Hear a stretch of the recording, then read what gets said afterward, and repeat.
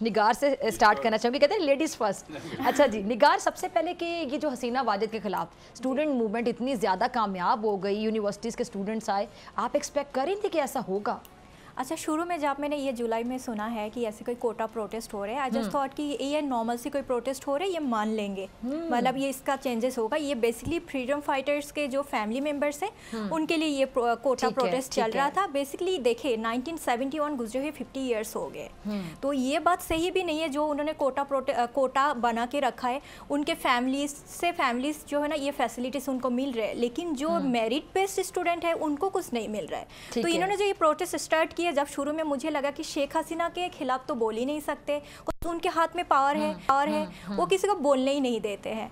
तो इसके बाद जब जाके मुझे थोड़ा सा फील हुआ कि यस, बांग्लादेश में बंगाली जो है ना बहुत हिम्मत है, अगर कोई चीज़ उनको चाहिए तो वो कर सकते हैं। शुरू में मुझे लगा कि ये ख़त्म हो जाएगा।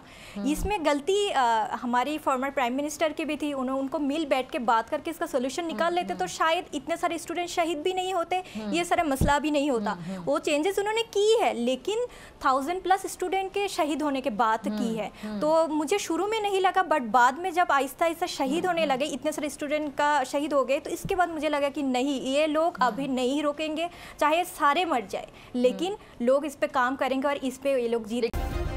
सब्सक्राइब करें और बेल दबाएं ताकि कोई खबर रह न जाए।